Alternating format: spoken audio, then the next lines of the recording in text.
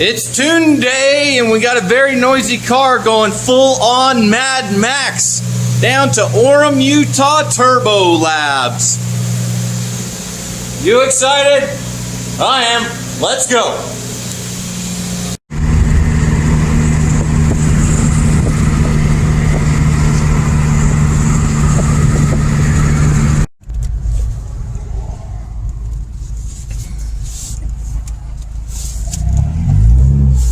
Pulling up to TurboLabs.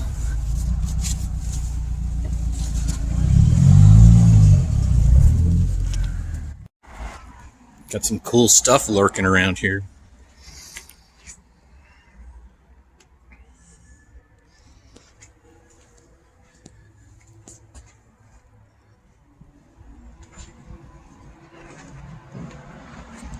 Nice.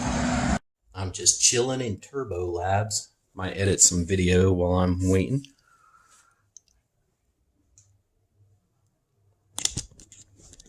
They're checking the car. There's a slight exhaust leak on the header on the passenger side, so hopefully they can check that out. Maybe it's just something that needs to be tightened up real quick. We'll see. Hey, we're here at TurboLabs in Orem, Utah. I'm here with Joe. He's going to hook me up today. Anything you'd like to say about your shop here? You know, just love what we do. We do a lot of Subarus, do a lot of tuning. If there's anything else we can help you with, custom fabrication, we kind of do it all. So if there's anything we can help you with, just let us know. Is there anything you can tell us about your particular dyno? Well, it's nice having a dyno jet. So we have the newest dyno jet that actually has the link system, and it's got 2 eddy currents. So it absorbs a lot more power, but the biggest thing is that you can't break a transfer case with the dyno that we have because they're mechanically linked.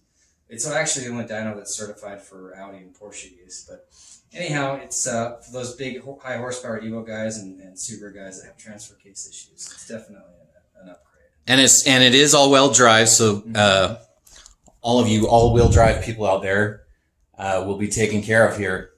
So he's already helped me out getting the metal skid plate taken care of that was kind of fouling up against my header, and getting the headers tightened up that managed to loosen themselves already. But I'm really excited to be here, and hopefully we get some good numbers today. We'll get you all fixed up. We'll have a good time. Thanks, Joe. You're welcome. Getting some bass runs right now.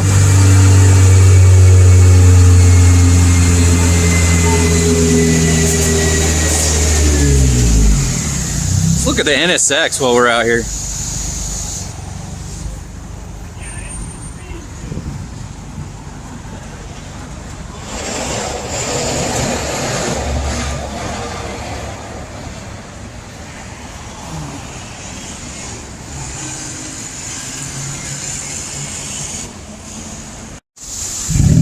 All right, Joe's gonna give it one last rip.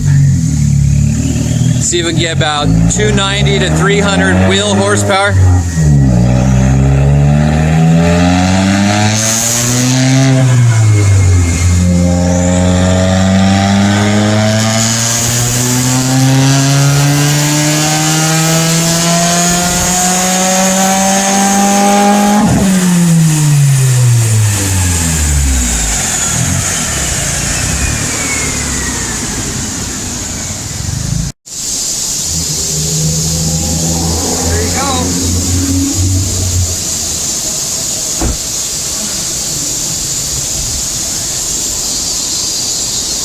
Got you right at 20 pounds, and it holds pretty solid. You know, as good as stock turbo can hold. So torque 320 to the wheels and 289.5 horsepower.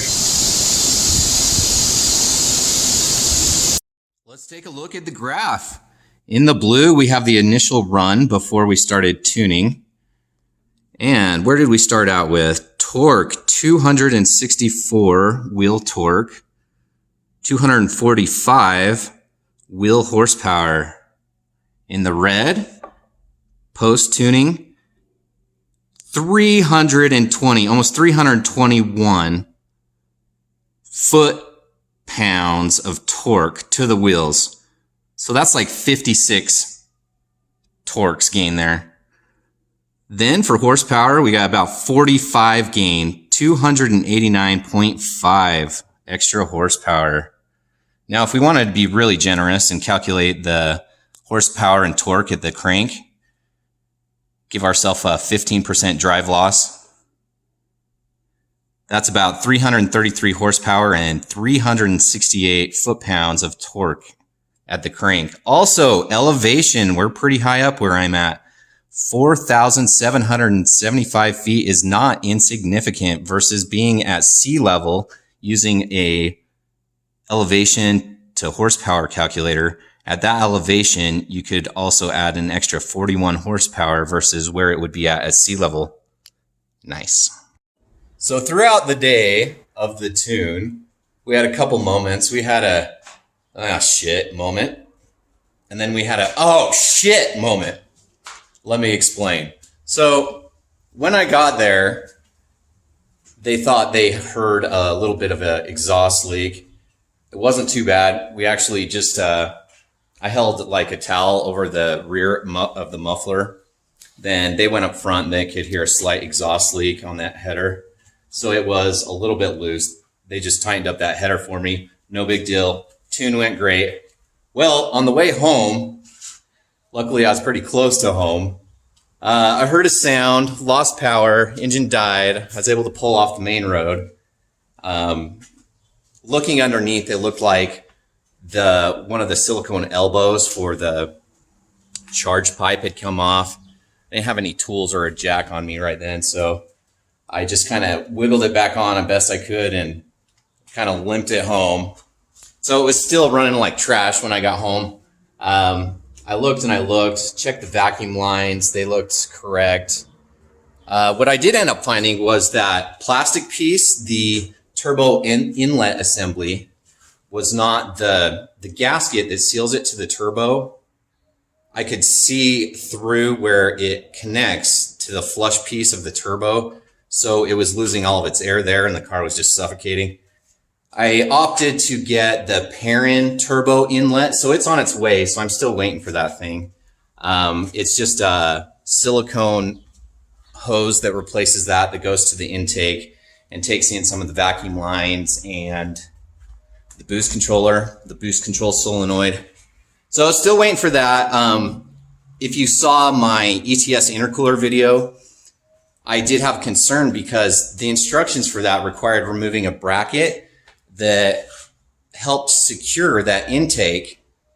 So as the intake goes up to the filter, without that extra support, it was pushing all the way back down to the turbo inlet assembly. And that little bit of extra weight was taking the seal off of that there where it connects up with the turbo. So I had a major air leak there. Hopefully that was the only thing that went wrong. Again, I'm still waiting for that part. Hopefully that solves all of our problems. And hopefully that shows up soon. Thanks for watching my video. I appreciate it. Like, comment, and subscribe.